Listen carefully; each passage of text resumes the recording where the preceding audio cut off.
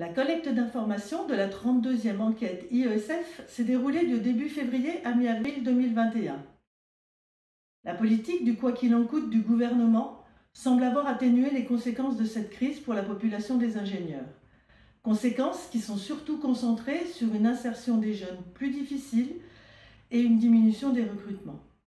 Certains secteurs, comme le transport, et certaines régions, comme l'Occitanie et la Nouvelle-Aquitaine, ont été plus impactés.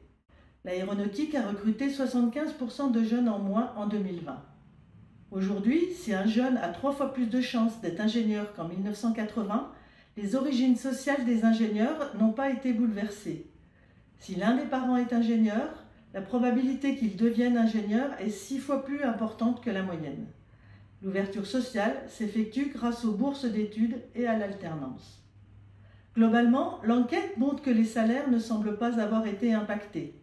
Les répartitions Île-de-France, province, étrangers sont restées identiques. La satisfaction des ingénieurs reste inchangée à un très bon niveau.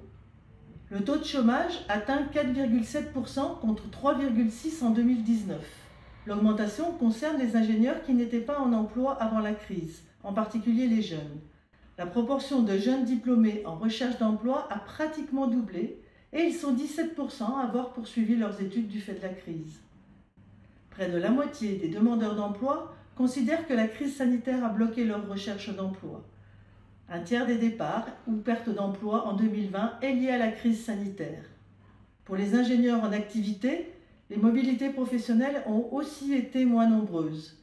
Les craintes de perdre leur emploi ont diminué par rapport au premier confinement de 2020. Cette enquête est, depuis plus de 60 ans, la référence en France pour l'analyse de la situation et du parcours professionnel des ingénieurs. Je remercie chaleureusement les associations, alumni et partenaires qui ont activement relayé la sollicitation à cette enquête en ces temps perturbés. Une infographie est disponible au téléchargement sur le site iesf.fr. La brochure complète d'une 30aine de pages y est disponible à la vente. Vous pouvez cliquer directement sur le lien en description de cette vidéo pour y accéder.